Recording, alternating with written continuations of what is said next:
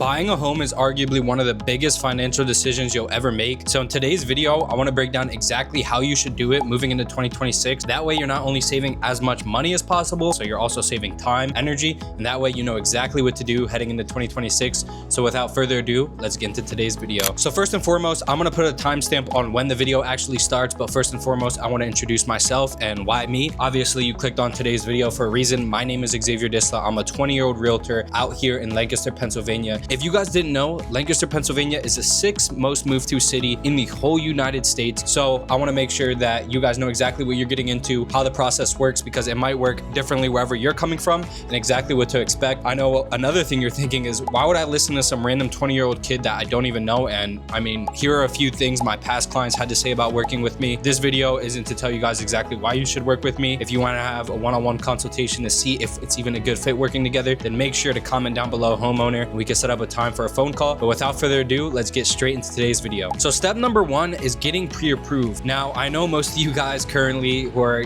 I guess searching around the internet, looking at homes, are just kind of browsing, kind of seeing what's out there, not really serious. But to get serious, you are going to need to get pre-approved. Now, with a pre-approval, you can either, if you have a lender that you work with directly, that's completely fine. I have a list of lenders, or one specific lender actually, that I send all my home buyers to. This specific lender has allowed my last client to actually get to the closing table with $0. So guys, you can get into home ownership with little amounts of money with first-time homebuyer programs.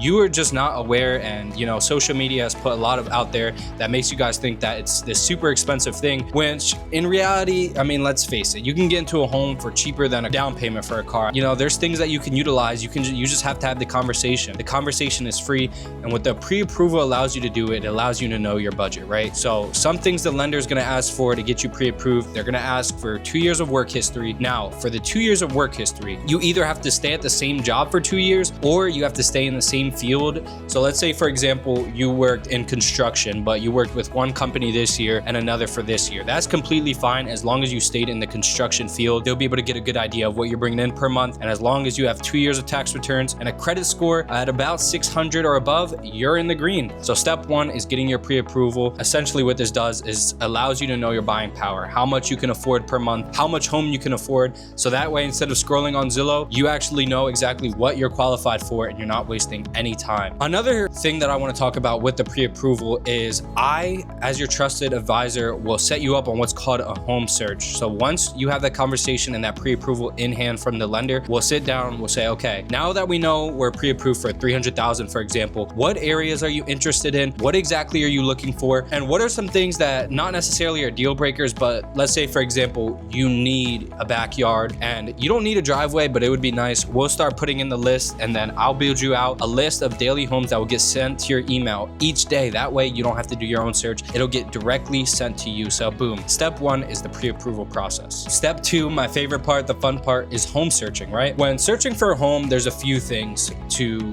kind of put into consideration. And I'm going to just use $300,000 for the example of today's video. Let's say there's a home you really love and it's listed for $300,000, but it's been on the market for 1 day. Now, it's going to be very important for us, especially in today's market where, it's super competitive, to be able to get in as fast as possible and make sure that we're the first offer that gets slid across the table. Now, usually, again, at the $300,000 mark, if I have someone who's shopping or is pre-approved for the $300,000 mark, more than likely, I'm going to want you guys to start looking around like the 270 to 280 mark. That way, if we have to compete against other offers, we have wiggle room to go ahead and go up on purchase price a little bit and be able to compete with these other people. Because if we're just shopping only at the $300,000 mark, we're most likely going to be competing against other people. You know what I mean? So we want to make sure that we're going a little bit lower. And then, if we are going to be shopping around that $300,000 mark, to make sure we're the first people in the door, to make sure we're going to be the winning offer. So boom, you found the perfect home, you're already pre-approved, and you can afford it, and now you want to make an offer. And now the following insights can help you make an offer that not only you're comfortable with, but that'll actually get you to the closing table and make sure that you're saving as much money and time as possible. How long has the home been on the market? Now, right now we're seeing 22 average days on market. So anything over that, there's usually a little bit of wiggle room on the price. Has the property had any price changes? Has the property been under agreement previously? Are we competing against any offers on the property? What is being included on the sale, or is there anything negotiable in the sale? And these are just some key factors to determine when placing that offer to make sure that you're not overpaying for a home. Now, to give you guys an idea of what placing an offer looks like, so let's say you're pre-approved for $300,000 and the home you guys fell in love with with is $280,000. And let's say there are no other offers on the table. Now, the first thing I'm gonna do is I'm gonna show you guys an 11-page disclosure of anything that's been worked on the property, any known issues, anything that we should be aware of. And then what I'm also gonna do is run what's called a comparative market analysis. This is gonna make sure that the price they're asking for isn't actually too much, to make sure that you're not overpaying for the home. So let's say, we wanna get the job done, we really love the home, and we're gonna go in at 280. Now, some other things to keep in mind besides price is earnest money deposit. Earnest money deposit basically goes towards your closing costs, and there's a difference between closing costs and down payment, and I'll get to that shortly, but it essentially shows the seller that you're serious about the purchase. If we put an offer in at 280 and we want to put down a 3% EMD deposit, that's about $8,400,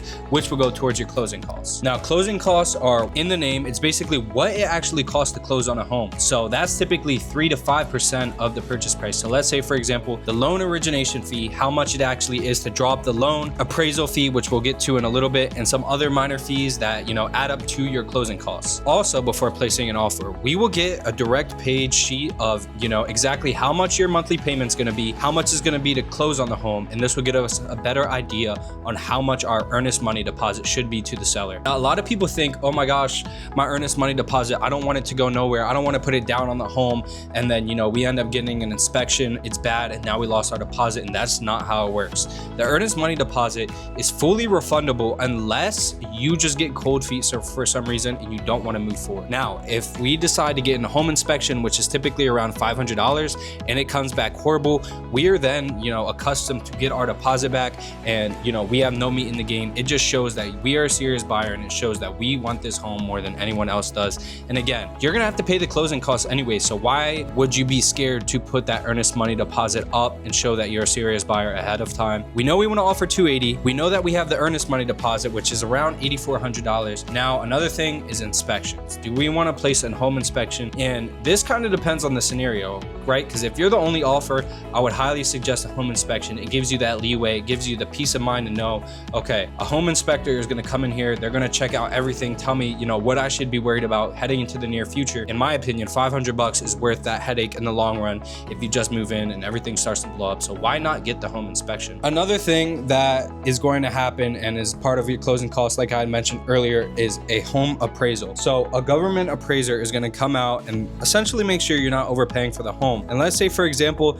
they come out and they say to us, okay guys, we think the home's actually worth $300,000. You are just now walking away with $20,000 worth of equity, which is amazing. That's essentially what we want in a perfect world. But let's say the home appraiser comes back and they say, guys, the home is only worth $270,000. Now, there's a few different things we can say, to the seller to make sure that, we're getting in the home for a price that, makes sense for us, moving forward. So thing number one we can say is, hey guys, the appraisal came back low. We don't really feel comfortable paying you guys that $280,000. They said, $270,000 is where we're at. So we're willing to walk away from this deal if you guys aren't willing to, do that $270,000 for us. They cannot actually sell it for any higher than that $270,000 if we tell them. So most of the time we're going to say, you know what, that's fine. Let's do $270,000, and then, both parties are happy. Your option number two is you can just pay that $280,000. You can just say, you know what, I love this home so much. I know that real estate usually appreciates 10 to 15% each year.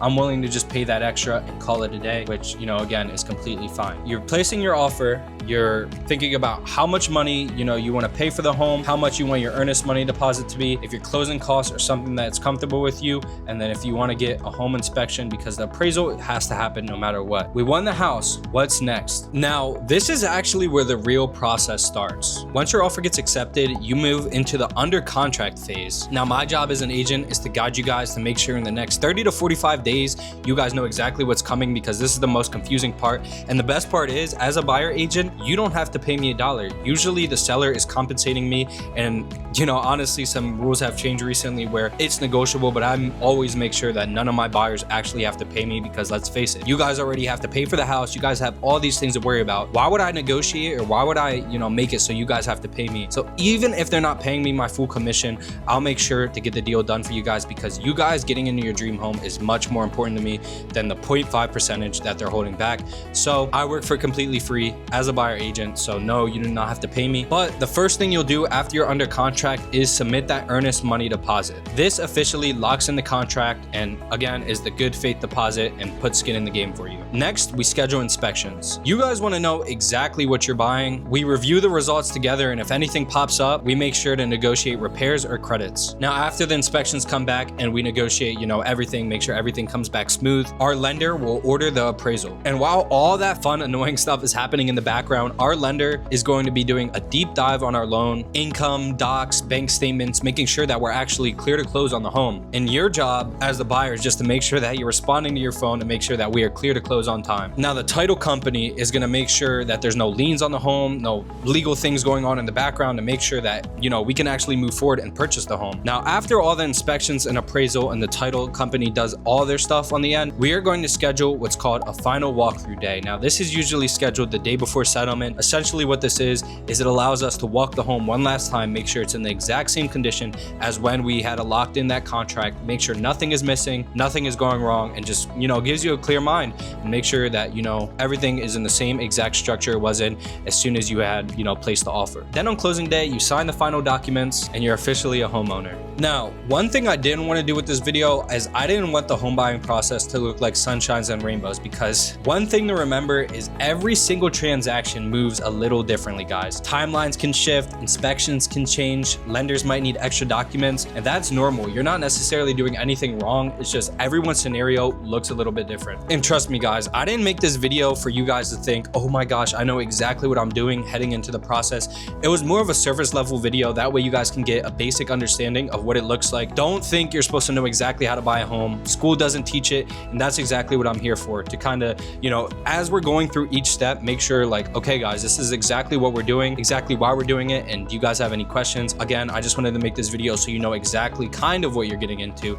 and that way, when we do get started, you're thinking to yourself like, okay, I actually remember this. So that's a basic overview of how to buy a home heading into 2026, and obviously there's a lot of more steps that go into the full process, but I wanted to keep this as simple as possible. That way you understand at least the flow of the process. And if any of this stuff was confusing, guys, make sure to let me know. Comment the word homeowner down below and we'll set up a time to, again, have that free conversation. Or if you just want to DM me on any of my social medias, they'll also be linked down below.